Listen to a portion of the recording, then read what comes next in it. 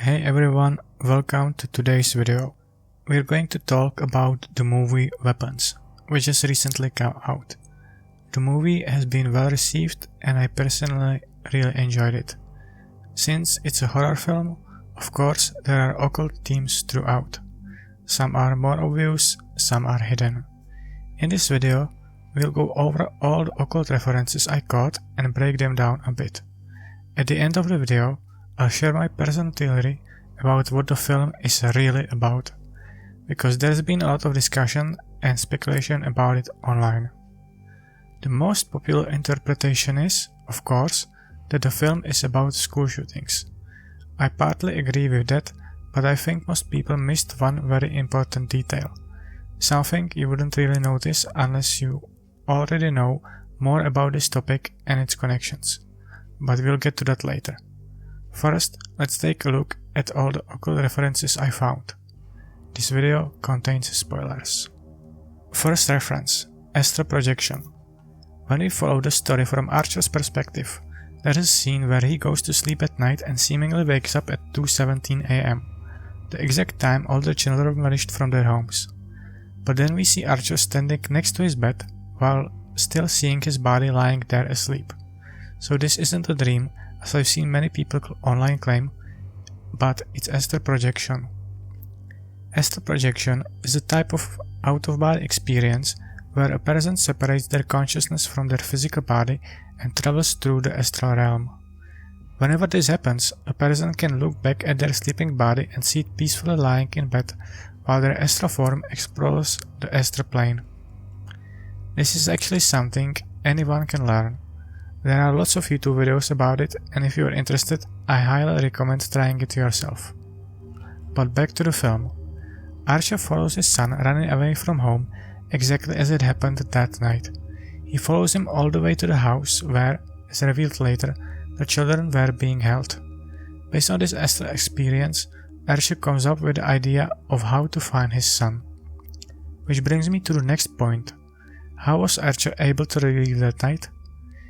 In the time of this astral projection, several days have already passed since the disappearance.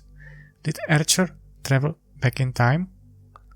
If we check the astral projection subreddit and look up posts about time travel, we'll find several astral travelers claiming they were able to move throughout time this way, and that time isn't as linear as we perceive it to be.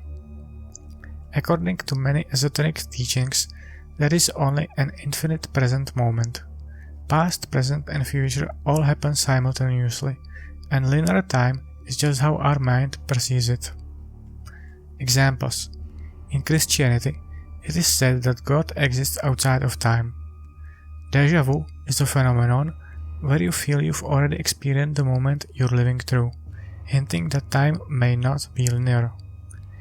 In New Age spirituality, there is the concept of manifestation. All possible outcomes already exist, and through our thoughts, we'll align with them and bring them into physical reality.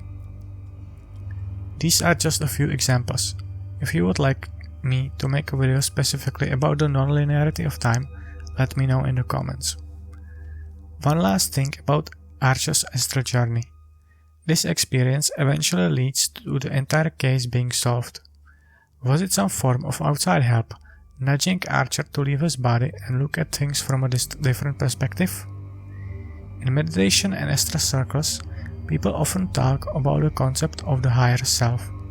It's considered a higher level of consciousness connected to infinite wisdom, contrasted with our everyday physical and mental self. Ways to connect with the higher self include astral projection and meditation.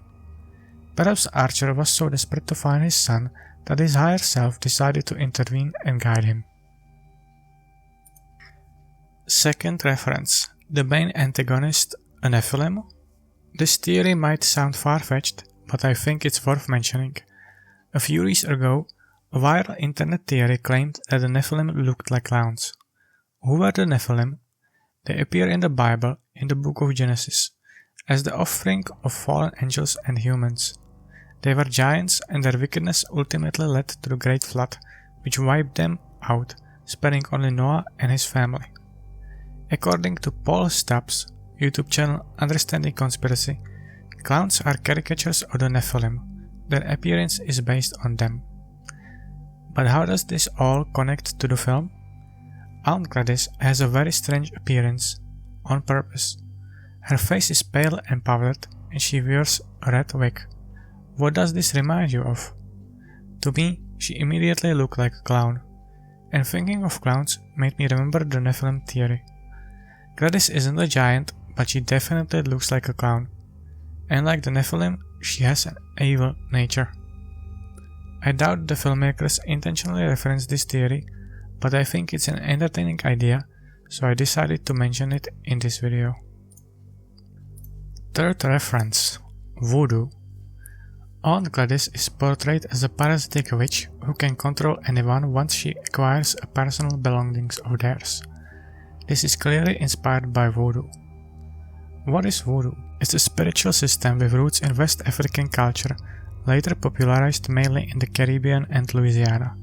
It acknowledges a god called Bondi, who is too distant from the physical world, so practitioners communicate with him through various spirits who mediate magic, protection, etc. Communication with these spirits involves rituals, dances, and sometimes sacrifices. In voodoo, and also in European occult circles, it is believed that personal objects carry a person's energy imprint. Through them, one can access the person's energetic body. In voodoo, a doll is used to influence the victim. In the film, Aunt Gladys uses a stick, wraps it with the victim's personal item, and then covers it with her own blood, connecting herself to the victim and gaining control over them. Traditional occult circles often condemn such practices because they believe that trying to control another person will create bad karma that eventually returns to the caster.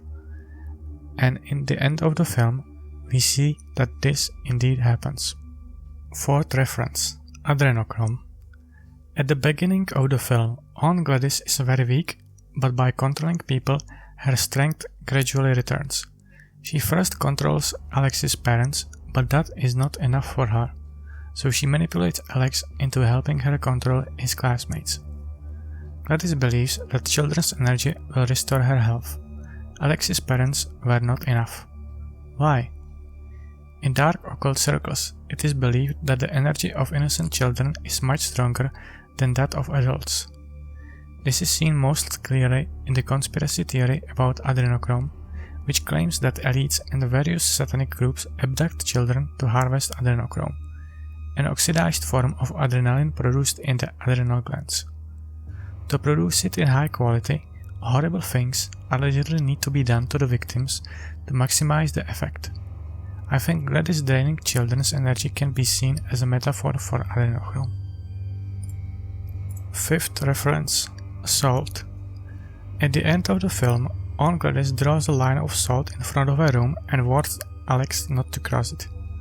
But Alex steps over the line, and at that moment his own parents, controlled by Gladys, attack him. Salt has had a protective and purifying meaning in many cultures, since it preserves food and kills bacteria. That's why circles of salt are used in many rituals. A practitioner makes a salt circle around themselves to stay protected from harmful entities. But in this film, it's reversed. The witch uses salt to protect herself from the heroes trying to stop her. What the film is really about. And now we get to my theory about what the movie is really about. The theme of school shootings obviously plays a major role. During Archer's astral projection, we see a machine gun appear above the house where the children are kept. The filmmakers could hardly have made this any more obvious. But one thing is often overlooked: Aunt Gladys' mind control, which forces Alex to bring her personal belongings of his classmates. That's what leads to the children disappearing. I think Aunt Gladys is a metaphor for the American intelligence agencies, CIA and FBI, which have been shown to have connections to several school shooters. Her form of control is a metaphor for MKUltra, the CIA project aimed at controlling people's minds and manipulating them. Alex then represents the innocent kid manipulated through MKUltra to do something against his will. Let's look at some of the points behind this conspiracy. Here is an article about a teenager who tried to join ISIS after being contacted by the FBI. This is not an isolated case. FBI history is full of manufactured plots just so the Bureau can make arrests. Would these perpetrators have done the same thing if the FBI hadn't gotten involved? This is a question that has troubled American taxpayers for years. And now about MK Ultra. It was a project related to Operation Paperclip. Through Paperclip, the US brought Nazi scientists to America and gave them a clean slate. Many of them helped the US get to the moon, the most famous being Wernher von Braun. But not all of them worked on such noble projects. Some contributed to MK Ultra, which was about mind control experiments and manipulating people. Even the name MK Ultra hints at its German roots. MK stands for mind control, spelled with a K because the German word for control is spelled with a K. This shows that the project was a continuation of Nazi experiments during World War II. Officially, MK Ultra was shut down in the 1970s, but it likely continues today. Why would the US government willingly give up its ability to control others and impose its will of the world? It's very likely that the technique discovered through MK Ultra are still being used. Perhaps even to influence school shooters, creating chaos in the US and distracting the public from realizing that their government is still experimenting on them. This might sound far-fetched, but I see the connection and it makes sense to me. Okay, that is all for today's video. Let me know what you think about my theory in the comments. Is it true or total nonsense? Did you catch any other occult references that I missed? On this channel, I'll be covering not just occult symbolism in films, but also conspiracy theories in general. If you're into these topics, drop a like and I'll see you next time.